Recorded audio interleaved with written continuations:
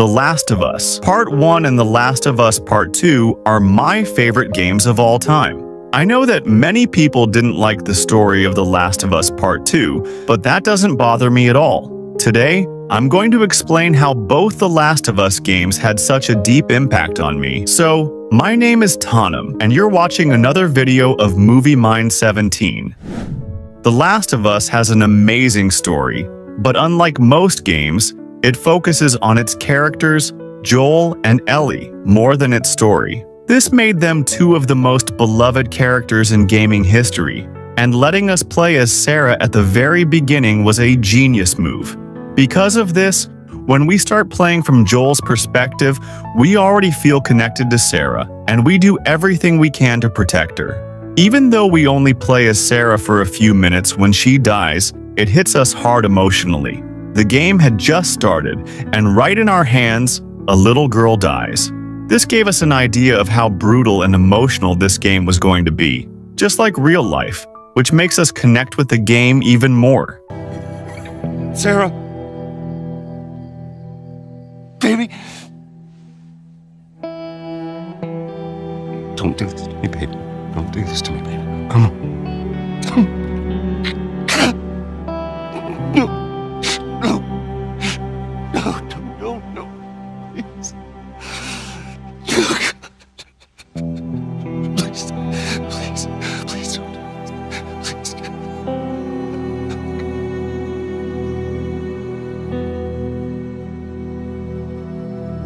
Then, 20 years later, we see Joel, who has become a bit of a cruel person willing to do anything to survive.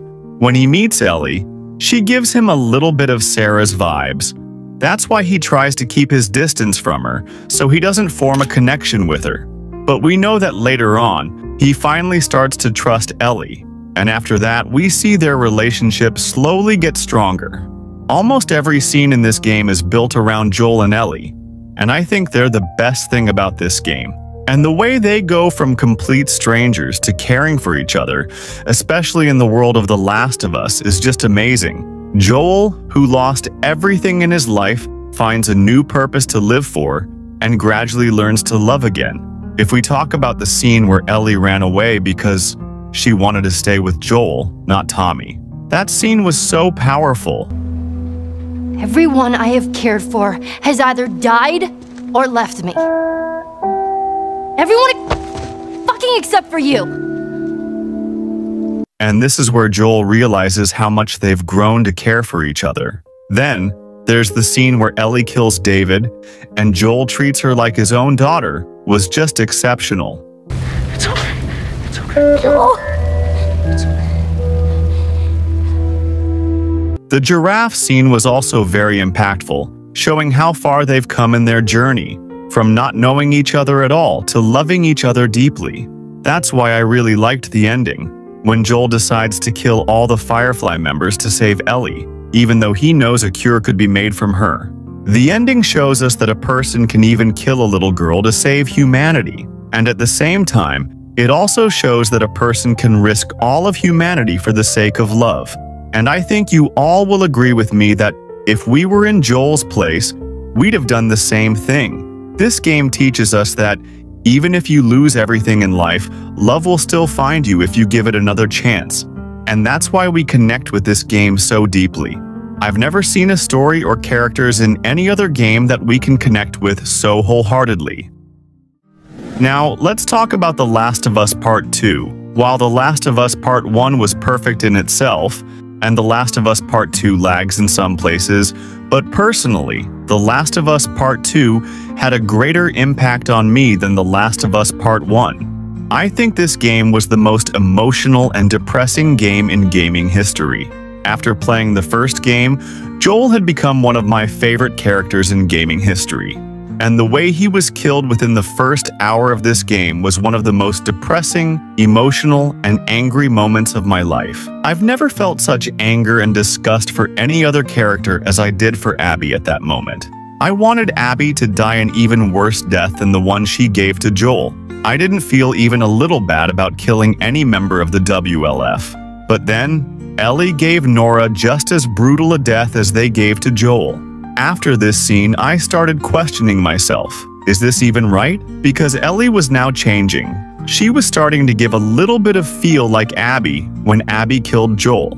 After killing Nora, I felt really weird, and seeing Ellie so upset made me feel really bad, but I still wanted to kill Abby. On the third day, things get even worse when Ellie decides to go after Abby instead of Tommy, and seeing that Jesse also became upset. When Ellie finds Mel and Owen instead of Abby, she interrogates them just like Joel did in the last game. But Ellie wasn't calm like Joel at that moment, and in the struggle, she ends up killing Mel and Owen. And when I found out that Mel was pregnant and that we had killed an unborn child, this scene truly shook me to the core. And after that, when Ellie decides not to kill Abby and go home instead, I thought that was the right decision too. Because what's the point of killing Abby if you have to kill your own humanity in the process? But in life, everything you do has consequences. And that's exactly what happened when Abby came after Ellie. When she killed Jesse and Tommy was lying on the ground, I forgot everything Ellie had done today. And once again, I wanted to kill Abby. Seeing Abby again brought back all my anger back. But my head nearly exploded with rage when I found out we had to play as Abby and learn her perspective. I felt like never playing the game again and quitting right there. Because the more and more I played as Abby, the more my anger and hatred for her was crossing the limit. But I thought, let's just get it over with quickly, because I still wanted to give her the most brutal death possible. And when I found out she was the daughter of the doctor Joel killed, it made sense that she'd kill Joel to avenge her father. But I didn't feel bad for her at all. Honestly, I didn't feel the slightest bit bad when she saw her father dead. Sure, her father may have helped animals, but he was still a jerk who was ready to kill a little girl without even asking if she wanted it or not. Abby's revenge makes sense, but I can never forget how she brutally killed Joel.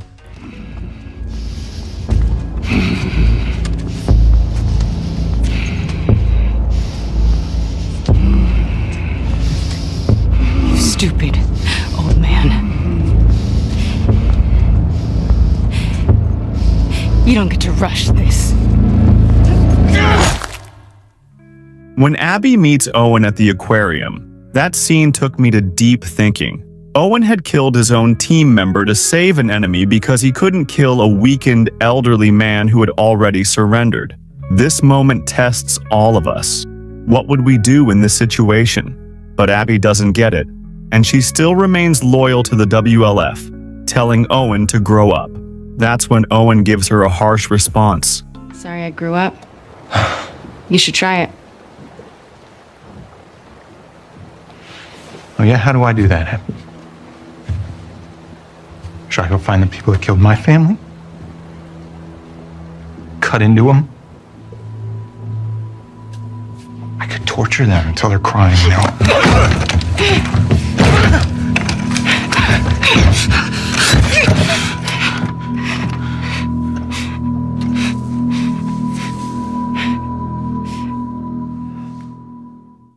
Hearing that, Abby attacks Owen, but soon realizes that Owen is right. Abby's obsession with killing Joel ruined her relationship with Owen, and when she finally killed Joel, she lost everything and gained absolutely nothing. That's when Abby's redemption slowly begins. The very next day, she goes to help Lev and Yara, who are her enemies but had saved her life, so she goes to repay the favor. This shows how much Abby has changed. In the beginning, Joel also saved Abby's life, but despite that, she still killed Joel. And by spending time with Lev, Abby learns about their group, where people are constantly fighting to destroy each other, just like her own group.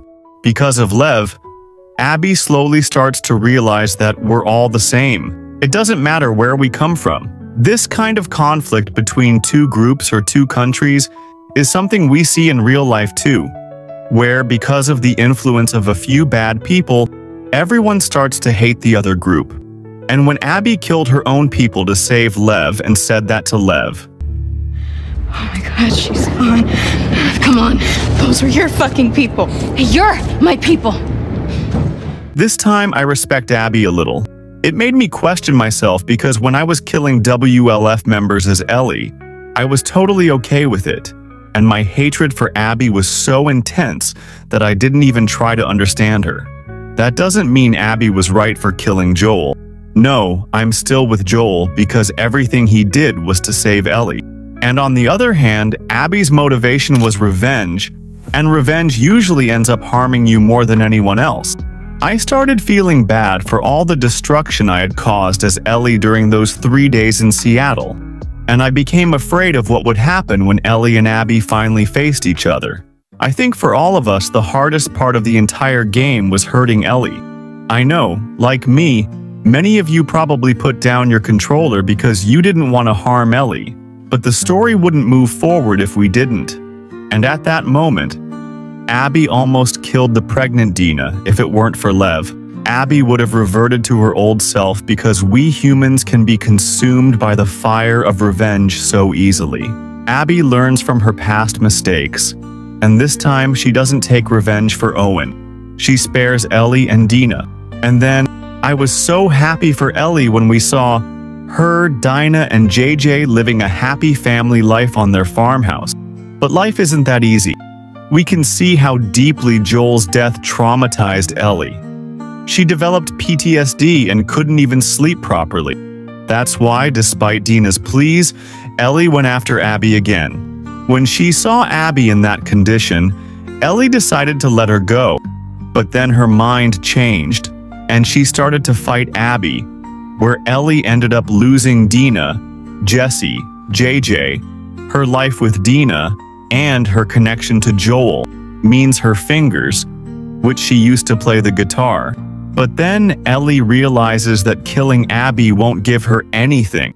Ellie spares Abby for the sake of humanity and kindness. Even if we were in Ellie's place and knew Abby's full story, we probably wouldn't have been able to forgive her and would have killed her. In this moment, Ellie breaks the cycle of revenge. This game teaches us how hard it can be to hold on to our humanity in this world. It shows us how people we know as good and kind can change into people we don't even recognize. It teaches us to look at things from another person's perspective and put our personal biases aside. In my opinion, both The Last of Us games were life-changing. This game teaches us that no matter where you come from or what you believe in, we can still live together and we can still respect one another. So, I'll see you in next video. Before leaving, don't forget to like the video and subscribe to the channel.